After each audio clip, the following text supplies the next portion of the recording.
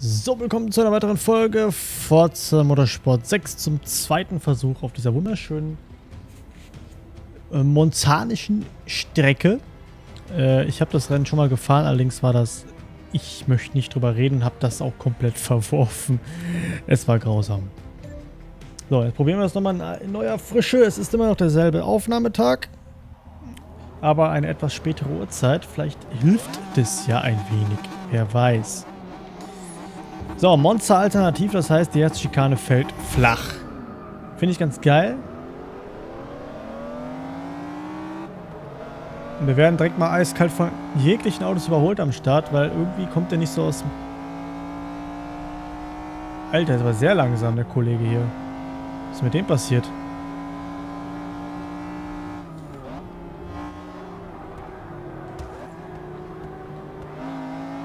Und das ist mein Problem hier.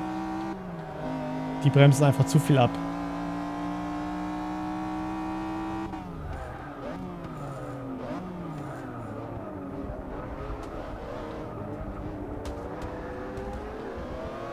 Da vorne ist irgendjemand rausgefahren. Ah, guck mal.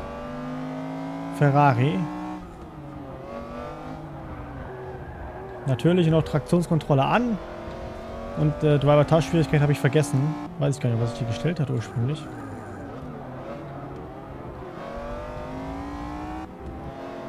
Toll, 12 da. Ich komme hier nicht vorbei an den Köppen hier.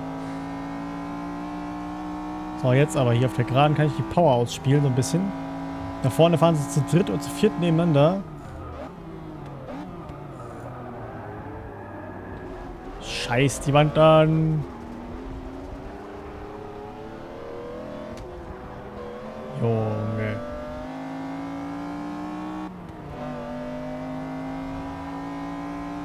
So, jetzt aber hier. Und nur noch geradeaus. Parabolika dazwischen. Das können wir hier mal ein bisschen aufholen. Oder auch nicht. Fahre ich halt hier lang. Na super. 10. Hey. Läuft er hier wie am Schnürchen. Ich habe so das Gefühl, dass wir gar nicht aufholen, ne? 300 Stundenkilometer. Ja, wobei doch so ein bisschen. Sekunde. So, da bin ich wieder. Ich hatte gerade einen Anruf bekommen. Da wurde mir freundlicherweise mitgeteilt, dass ich noch im Teamspeak zu hören bin. Okay. Konzentration auf das Rennen.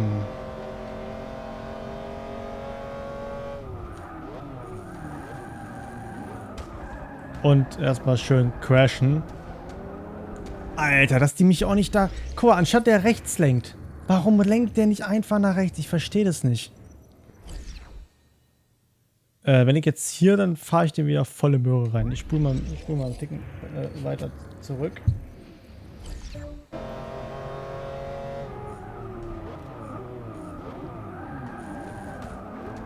Naja, intelligenter war das auch nicht, aber... Vorbei ist vorbei.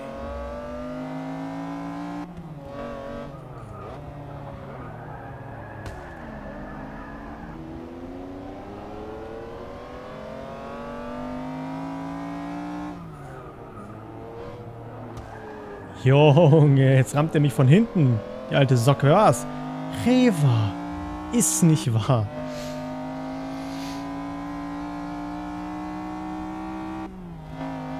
So, was sind wir jetzt? 7. Ist, ungeil.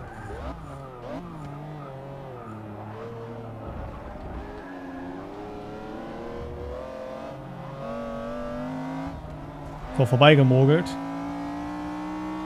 6. Und jetzt haben wir wieder ein bisschen lange gerade. Guck mal, der erste, wo der wie schon wieder ist, ey. Der am Arsch der Welt. Ist nicht wahr, ne?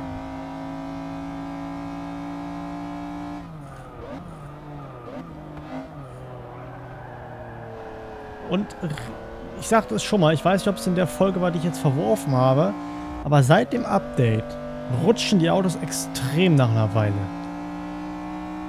Und jetzt kommt mir keiner mit hier Gripverlust. Nein, du hast nach 2 Runden keinen Gripverlust. Never.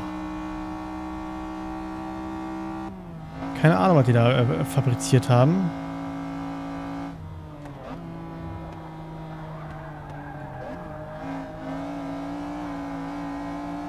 Ja, voll am Rutschen gewesen gerade. Obwohl ich nichts gemacht habe.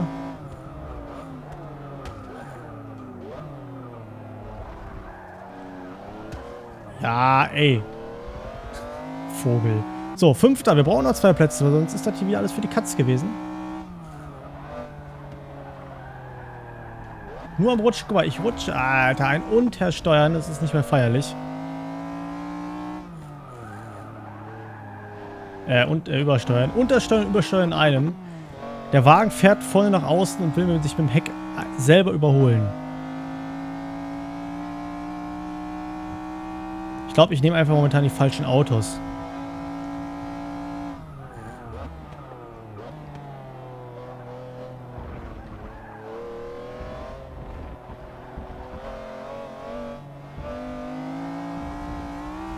Ja, Mist. Oder sind das echt die 6% mehr Grip, die wir hatten durch diesen Mod, den wir ja rausgenommen haben? Das kann ich mir nicht vorstellen. 6% ist für mich eigentlich nicht spürbar.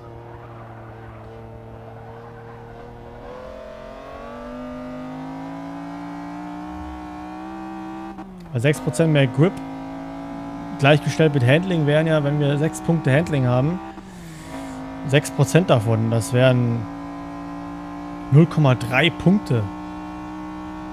Nee, 0,03 Punkte.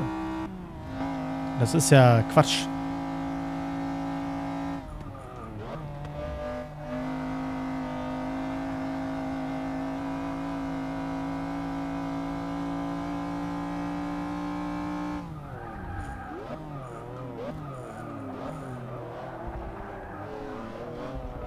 Schön. So, schneller durch die langgezogene Kurve gekommen. Und schon funktioniert das Ganze hier. Und hier, Alter, hier in der Lesmo 1. Beim vom Gas gehen. Ist der zickig wie eine Zicke. Also, ja, guter Vergleich. Nee, kommt der ultra mit dem Heck. Wird er ultra leicht hinten. Obwohl ich ihn auf Handling ausgelegt habe, weil der hat alles drin, was mit Handling zu tun hat. Fahrwerk, Stabis etc. pp. Die einzige Möglichkeit wäre noch, dass ich den falsch eingestellt habe, was nicht verwunderlich wäre. Weil ich davon nicht so die Ahnung habe. Gerade wenn es um Federrad und so was angeht, da bin ich raus. Aber nichtsdestotrotz, ja, der Diablo ist gleich schnell. Wenn nicht sogar einen Ticken schneller.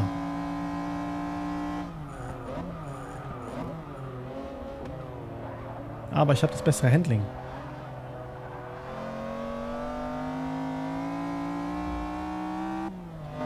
Genau, hier in der Aufnahme, die ich verworfen habe, ich glaube, die Szene muss ich noch reinkloppen hier. Da hat in der letzten Kurve, auch in Diablo, mich rausgeballert. Ich war auf 2 oder 3. Ja, und danach war ich 8. oder so. Vielleicht habe ich das ja noch.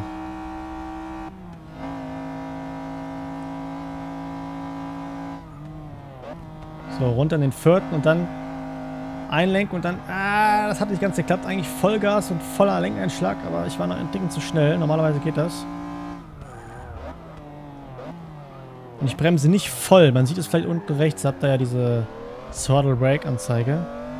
Weil sonst kann sein, dass durch dieses ohne ABS, Reifen blockieren etc. der Gripverlust so eklatant ist. Ich weiß es nicht. Alter, hier ist diese Kurve, ist echt schlimm.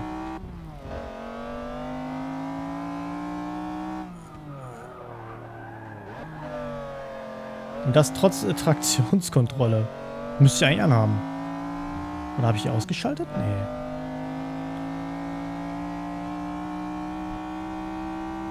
Das würde einiges erklären.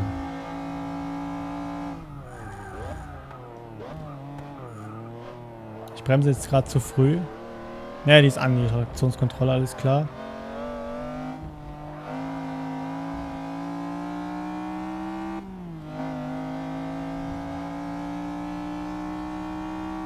Aber an die ersten beiden Kollegen komme ich auf keinen Fall ran.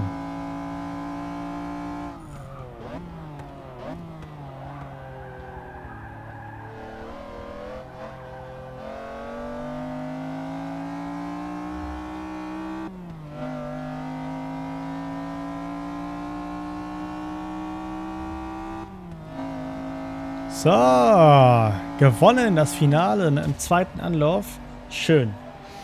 Ja, das Rennen lief definitiv besser als alles andere heute.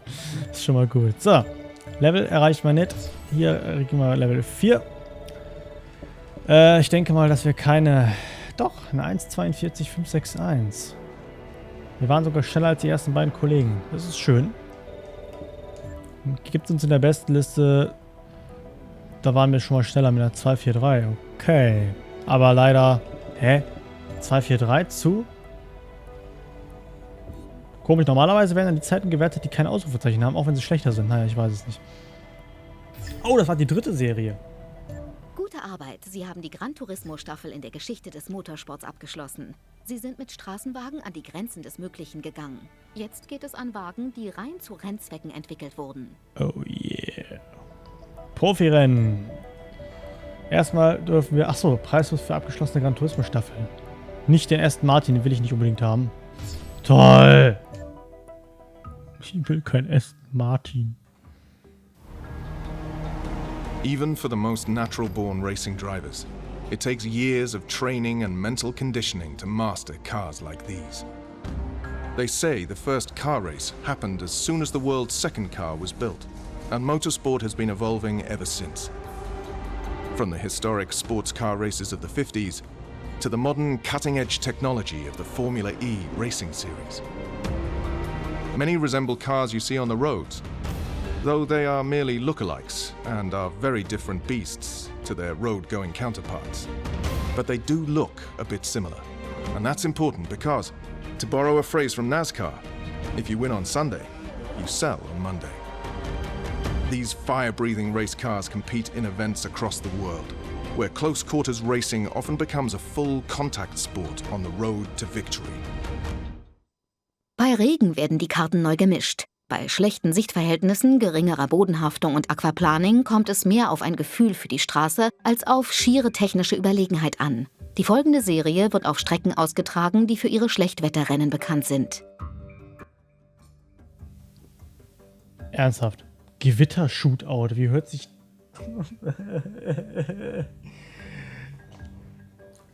Originaltitel steht ja rechts. Stormfront Shootout. Hört sich gut an. Gewitter-Shootout. Bitte, Leute. Übersetzt doch nicht jeden Scheiß ins Deutsch. Das hört sich kacke an. Oh, wir können echt Formula E fahren? Oh, V8 Supercars. Oh, so viele geile Sachen. Freunde, wir hören uns alles an, ne? Ist klar. Ich mache jetzt mich mal auf stumm und schalte es hier alles durch. Das gibt interessante Neuigkeiten, schätze ich mal. Whereas the historic races in the other group started with a clean sheet, the cars in this group follow much stricter rules. They might have started life as a fast road car, but from the wheels up, almost everything has been modified, so long as it stays within the law. Some companies will sell you one off the shelf and even organize a special championship so you can race against other identical cars. The level playing field means it all comes down to driver skill. So viel mal zum Thema Stummschalten. Natürlich haben wir da noch die Autos, welche dazu gehören. Ich gehe direkt auf Kaufen, dann können wir uns das besser ein bisschen einsehen. Continental GT3, Corvette Racing, Corvette C7R. In Forza 4 bin ich noch ganz viel die 5 und die 6 gefahren. Jetzt könnte ich die 7 fahren. McLaren GT12C, GT3, SLS AMG GT3, Motorsport R8 LMS Ultra, Z4 GTE, Z4 GTE, M3 GT2, GTS Motor Viper. Ich gehe mal ein bisschen schneller. Ferrari haben wir hier noch. Jetzt einiges hier. Das ist echt einiges. Ein paar schöne Autos dabei, aber wir gucken weiter. Big, loud, basic and Australian. V8 supercars are loosely based on four-door sedans and they only race down under, which makes them as unique as Aussie rules football or kangaroos. Mostly it's a straight choice between Ford or Holden, otherwise known as GM. But any manufacturer with a V8 engine can enter the ring, ready for a good old-fashioned bashing. Kangaroos. Auch nicht schlecht. Ja, Holden oder Ford. Oder tatsächlich Mercedes V8 Supercar. Aber ich glaube, dass, wenn dann sowas Klassisches hier. Holden oder halt, nein, Ford. Klassische halt. Australische. Geile Autos. 1970s touring cars were beefed up and ready for a scrap, as were the drivers. The rules and regulations were interpreted in deeply creative ways, leading to flared fenders and swollen bodywork to make room for bulging engines that sent power through the roof. Not literally. As if that wasn't enough, wings and things were added to give these cars more aero than an F-15 fighter jet. So, das sind richtige Autos. Sowas wie 90er Quattro. Hier, die kennen wir ja auch schon. 3.0 CSL, beziehungsweise der Ferrari oder der Capri M1 Procar. Achso, Alter, sieht der krank aus. Richtig krank. Aber geil. Und der in echt und der echte Sound. Unfassbar. If racing is supposed to be a non-contact sport, then nobody told these guys. Because if you don't finish a touring car race with battle scars and a missing mirror, you're doing it wrong. They might look similar to everyday cars, but the shape is pretty much the only thing they have in common. Inside, they're stripped to the metal, the bodywork is replaced by beefy new panels, and unlike your mother's car, they spit flames from their exhausts. DTM nennt man sowas auch. Allerdings fehlen mir hier irgendwie die klassischen DTM-Wagen, wie man sie aus der DTM kennt. Aber das trifft dann schon eher zu. Sowas wie BMW, Mercedes und Audi. Die gibt es hier irgendwie nicht. Hier gibt es nur... Ja, nicht unbedingt der. Aber es ist ja auch kein DTM, sondern das ist doch Touring, ne? Aber nicht Tourenwagen Masters? Naja, ist ja auch egal.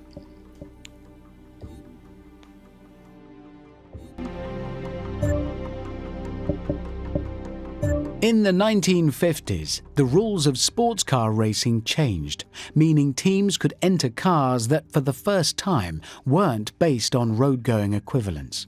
This meant they could experiment with radical new designs and materials, which opened the door for exotic endurance races that were as beautiful as they were fast, and they became instant classics. Und hier finden wir richtig schöne Autos. Ja, den nicht unbedingt. Also Geschmackssache. Es gibt Leute, die finden das Ding einfach nur geil. Oder auch das hier, ich nicht. Ich bin da eher so ein Freund von, ja, sowas hier. Oder, das gefällt mir dann auch wiederum. Ich weiß nicht wieso, kann auch am Namen liegen. Der gefällt mir nämlich schon nicht mehr. Dann liegt es nicht am Namen. Nein. Der hat auch irgendwie was. Und das ist natürlich, oh, GT40, Entschuldigung, MK2, ein sehr geiles Auto. Dann hätten wir noch die Daytona Shelby Cobra Daytona. In the olden days, motorsport was something you could smell a mile off. You had scorched rubber and petrol fumes and many fluids, some of them from the drivers. But this is the future, and this is a Formula E car, a completely electric space-grade single-seater with its own race series endorsed by the FIA. So, Formula E halte ich eigentlich überhaupt nichts von, ne? Weil, wie der gute Richard schon sagt, der Herr Hammond, du hast nichts mehr, das ist ruhig, das ist es ist nicht langsam, zugegeben. Ich habe ja Formel E schon gesehen, aber ich weiß nicht. Ja, Gibt es irgendwas Interessantes, was man kennt? Virgin Racing, okay, das kennt man. Abt kennt man. Das sagt mir jetzt überhaupt nichts. Aber ich bin schon fast dahin geneigt, das zu fahren. Einfach aus dem Grund, weil das irgendwie so einzigartig ist wie nichts anderes. Aber keine Sorge, wir werden auch von den anderen Autos noch genug fahren, die wir bereits gesehen haben. Aber ich muss das jetzt einfach mal machen. Ich muss es machen.